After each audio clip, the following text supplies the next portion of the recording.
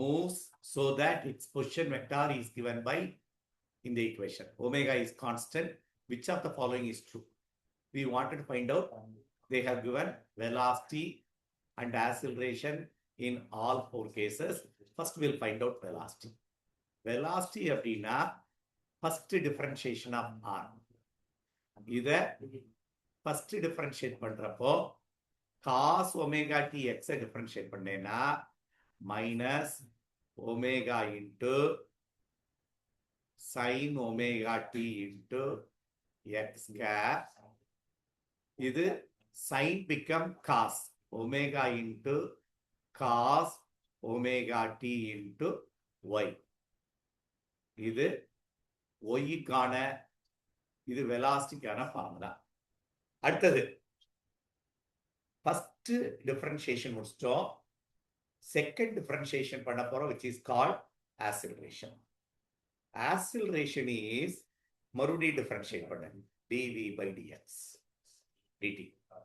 அதேதான் sin differentiate பண்ணேன்னா cos omega t. அப்ப ஆல்ரெடி ஒரு ஒமேகா இருக்கு, into omega minus omega squared into sin differentiate பண்ணா வெறும் cos omega t x cap. இதுல cos differentiate பண்ணா மைனஸ் வரும், அப்ப minus omega squared sin omega t into y cap, which is nothing but minus omega squared காமனா வெளியே எடுத்துட்டேன்னா cos omega t x cap plus sin omega t y cap, which is nothing but in the term cos omega t x cap, which can be written as acceleration is minus omega squared r. இது r வச்சதுனால இந்த இது next this is an equation of SHM. அப்போ it shows the acceleration is acting towards the origin. அப்போ acceleration பத்தி நமக்கு ரொம்ப clear ஆயிடுச்சு. Acceleration is acting, the minus sign shows it is acting towards the origin.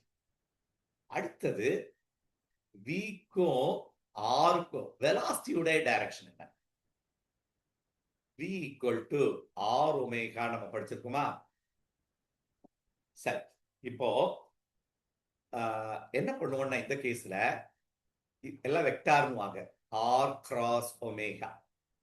அப்போ v vector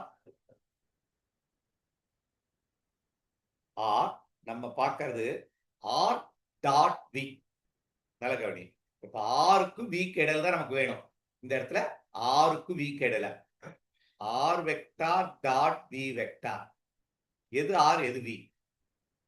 r இது v. ரெண்டையும் multiply பண்ணிப்பார், dot product போடு. என்ன வரும்? r டாட் v நீ மல்டிப்ளை பண்றப்போ 0 வந்துடும். சோ இந்த டேர்ம் 0 ஆயிடுச்சுனாலே உனக்கு தெரியும் rv cos theta. அப்போ cos theta எதுக்கு 0 வரும்? cos 90 is 0. அப்ப angle between them is 90. இதான் அதுக்கான ஆன்சர். அப்ப நீ r டாட் v போடு, ரெண்டு கிடலுக்கு 0 வரும். That means theta 90 degree. So the answer is velocity is perpendicular to r. Acceleration is directed towards the origin. அப்ப r-க்கும் அப்ப என்ன அர்த்தம்? இந்த பார்ட்டிகிள் சர்க்கிள்ல மூவ் ஆகுது, இது r வெக்டார். இது velocity இப்படி இருக்கு, acceleration towards the center. So first option is correct. r dot v போட்டு பாரு, இதையும் மல்டிப்ளை பண்ண ordinary multiplication sin square theta cos square theta எல்லாம் வந்து கடைசியில 0. சரிதானா? நெக்ஸ்ட்